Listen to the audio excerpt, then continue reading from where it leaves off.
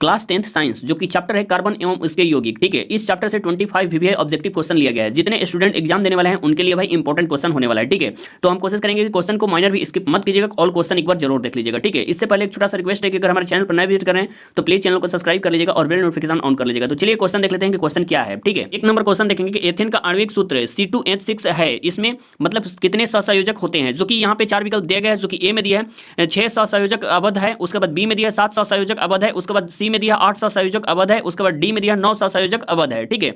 तो भाई यहाँ क्वेश्चन में पूछा जा रहा है एथेन का आणविक सूत्र C2H6 है, इसमें मतलब कि 7 सहसंयोजक अवध है, जो कि बी हमारा राइट आंसर हो जाएगा, ठीक है। उसके बाद 2 नंबर क्वेश्चन देखेंगे कि ब्यूटेनोन यौगिक है चतुर कार्बन जिसका प्रकार्यात्मक समूह है, जो कि यहाँ 7 विकल्प दिया गया है। जो कि ए में दिया है कार्बोक्सिलिक अम्ल, उसके बाद बी में दिया है एल्डिहाइड, उसके बाद सी में दिया है कीटोन, उसके बाद डी में दिया है एल्कोहल, ठीक है। तो भाई यहाँ क्वेश्चन में पूछा जा रहा है कि ब्यूटेनोन यौगिक है, उसके बाद चतुर कार्बन जिसका प्रकार्यात्मक समूह है, तो भाई ए कीटोन का, जो कि सी हमारा राइट आंसर हो जाएगा, ठीक है। उसके बाद 3 नंबर क्वेश्चन देखेंगे कि खाना बनाते समय यदि बर्तन की तल्ली बाहर से काली हो रही है, जो इसका मतलब है कि, जो कि यहाँ 4 विकल्प दिया गया है। जो कि ए में दिया है भोजन पूरी तरह नहीं पका है, उसके बाद बी में दिया है ईंधन पूरी तरह से नहीं जल रहा है, उसके बाद सी में दिया है ईंधन आद्रत है, उसके बाद डी में दिया है ईंधन पूरी तरह से जल रहा है, ठीक है।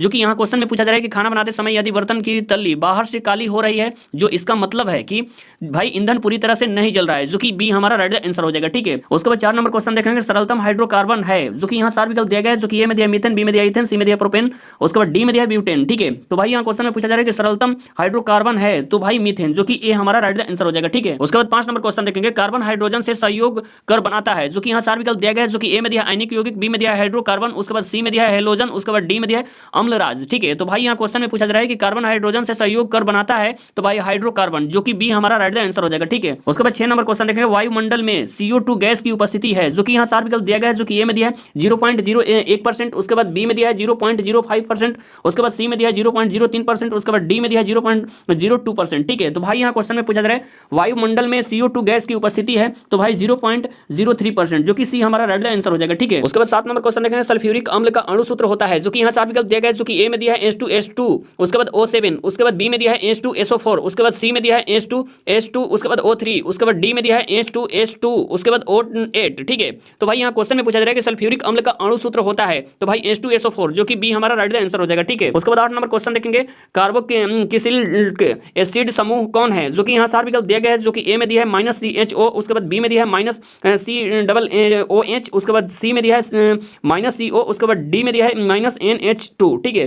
तो भाई यहाँ क्वेश्चन में पूछा जा रहा है कि कार्बोक्सिलिक एसिड समूह कौन है, तो भाई -COOH, जो कि बी हमारा राइट आंसर हो जाएगा, ठीक है। उसके बाद 9 नंबर क्वेश्चन देखेंगे एथोलीन में कार्बन के बीच 2 अवध मौजूद हैं, जिनमें, जो कि यहाँ 4 विकल्प दिया गया है। जो कि ए में दिया है 1 सिग्मा 1 पाई अवध है, उसके बाद बी में दिया है दोनों सिग्मा अवध है, उसके बाद सी में दिया है दोनों पाई अवध है, उसके बाद डी में दिया है दोनों इलेक्ट्रोवेलेंट अवध है, ठीक है। तो भाई यहाँ क्वेश्चन में पूछा जा रहा है एथोलीन में कार्बन के बीच 2 अवध मौजूद हैं, जिनमें जो दोनों सिग्मा अवध है, जो कि बी हमारा राइट आंसर हो जाएगा, ठीक है। उसके बाद 10 नंबर क्वेश्चन देखेंगे इथेन में कितने सहसंयोजक अवध है, जो कि यहाँ 4 विकल्प दिया गया है। जो कि ए में दिया है 2, बी में दिया है 4, सी में दिया है 6, उसके बाद डी में दिया है 7, ठीक है। तो भाई यहाँ क्वेश्चन में पूछा जा रहा है इथेन में कितने सहसंयोजक अवध है, तो भाई 7, जो कि डी हमारा राइट आंसर हो जाएगा, ठीक है। उसके बाद 11 नंबर क्वेश्चन देखेंगे CnH2n+2 किसका सामान्य सूत्र है, जो कि यहाँ पे 4 विकल्प दिया गया है। जो कि ए में दिया है एल्काइन, बी में दिया है एल्कीन, उसके बाद सी में दिया है एल्केन, उसके बाद डी में दिया है प्रोपाइल, ठीक है। तो भाई यहाँ क्वेश्चन में पूछा जा रहा है CnH2n+2 किसका सामान्य सूत्र है, तो भाई एल्केन के, जो कि सी हमारा राइट आंसर हो जाएगा, ठीक है। उसके बाद 12 नंबर क्वेश्चन देखेंगे नीला थोथा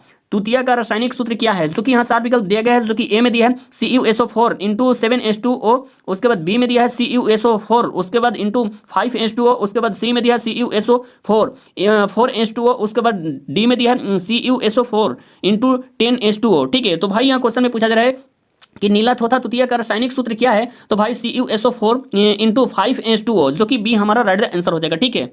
उसके बाद 13 नंबर क्वेश्चन देखेंगे नाइट्रोजन अणु में कितने सहसंयोजक बंधन होते हैं, जो कि यहाँ 4 विकल्प दिया गया है। जो कि ए में दिया है 1, बी में दिया है 2, सी में दिया है 3, डी में दिया है 4, ठीक है। तो भाई यहाँ क्वेश्चन में पूछा जा रहा है नाइट्रोजन अणु में कितने सहसंयोजक बंधन होते हैं, तो भाई 3, जो कि सी हमारा राइट आंसर हो जाएगा, ठीक है। उसके बाद 14 नंबर क्वेश्चन देखेंगे संगमरमर का रासायनिक सूत्र क्या है, जो कि यहाँ 4 विकल्प दिया गया है। जो कि ए में दिया है CaCO3, उसके बाद बी में दिया है Mg × में HCO3 × 1 2, ठीक है।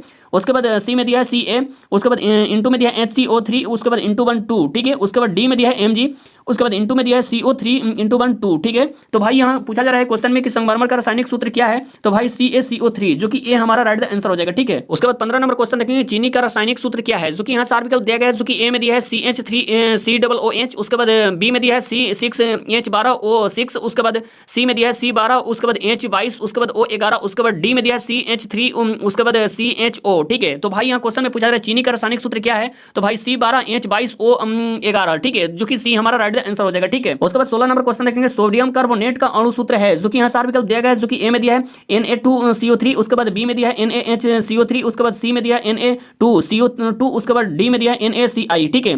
तो भाई यहाँ क्वेश्चन में पूछा जा रहा है सोडियम कार्बोनेट का अणु सूत्र है, तो भाई Na2CO3, ठीक है, जो कि ए हमारा राइट आंसर हो जाएगा, ठीक है। उसके बाद 17 नंबर क्वेश्चन देखेंगे, कार्बोनिल समूह को सूचित किया जाता है, जो कि यहाँ 4 विकल्प दिया गया है, जो कि ए में दिया है -CHO द्वारा, बी में दिया है -COOH द्वारा, उसके बाद सी में दिया है -CO द्वारा, उसके बाद डी में दिया है -COCl2 द्वारा, ठीक है। तो भाई यहाँ क्वेश्चन में पूछा जा रहा है कार्बोनिल समूह को सूचित किया जाता है, तो -CO द्वारा, ठीक है, जो कि सी हमारा राइट आंसर हो जाएगा, ठीक है। उसके बाद 18 नंबर क्वेश्चन देखेंगे, इथाइल अल्कोहल का अणु सूत्र होता है, जो कि यहाँ 4 विकल्प दिया गया है, जो कि ए में दिया है CH3OH, उसके बाद बी में दिया है C2H5OH, उसके बाद सी में दिया है C2H6OH, उसके बाद डी में दिया है C2H2OH, ठीक है। तो भाई यहाँ क्वेश्चन में पूछा जा रहा है कि इथाइल अल्कोहल का अणु सूत्र होता है, तो C2H5, उसके बाद OH, ठीक है। तो भाई बी हमारा राइट आंसर हो जाएगा, ठीक है। उसके बाद 19 नंबर क्वेश्चन देखेंगे, निम्नलिखित में से कौन सा एरोमेटिक हाइड्रोकार्बन है, जो कि यहाँ 4 विकल्प दिया गया है, जो कि ए में दिया है CH4, बी में दिया है C2H4, उसके बाद सी में दिया है C6H6, उसके बाद डी में दिया है C3H8, ठीक है।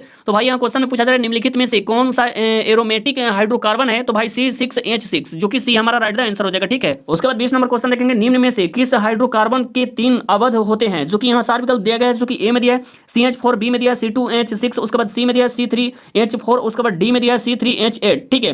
तो भाई यहाँ क्वेश्चन में पूछा जा रहा है निम्न में से किस हाइड्रोकार्बन के 3 अवध होते हैं, तो भाई C3H4, जो कि सी हमारा राइट आंसर हो जाएगा, ठीक है। उसके बाद 21 नंबर क्वेश्चन देखेंगे, निम्न में कौन युग्म समवायी है, जो कि यहाँ 4 विकल्प दिया गया है, जो कि ए में दिया है C2H6 और C6H6, उसके बाद बी में दिया है C5H10 और C6H12, उसके बाद सी में दिया है C2H5OH और CH3OH, उसके बाद डी में दिया है CH4 और C2H6, ठीक है। तो भाई यहाँ क्वेश्चन में पूछा जा रहा है निम्न में कौन युग्म समवायी है, तो भाई C2H5OH और CH3OCH3, ठीक है, जो कि सी हमारा राइट आंसर हो जाएगा, ठीक है। तो 22 नंबर क्वेश्चन देखेंगे, एथेनॉल का क्रियाशील मूलक है, जो कि यहाँ 4 विकल्प दिए गए हैं, जो कि ए में दिया है -OH, बी में दिया है -CHO, उसके बाद सी में दिया है -COOH, उसके बाद डी में दिया है 7CO, ठीक है।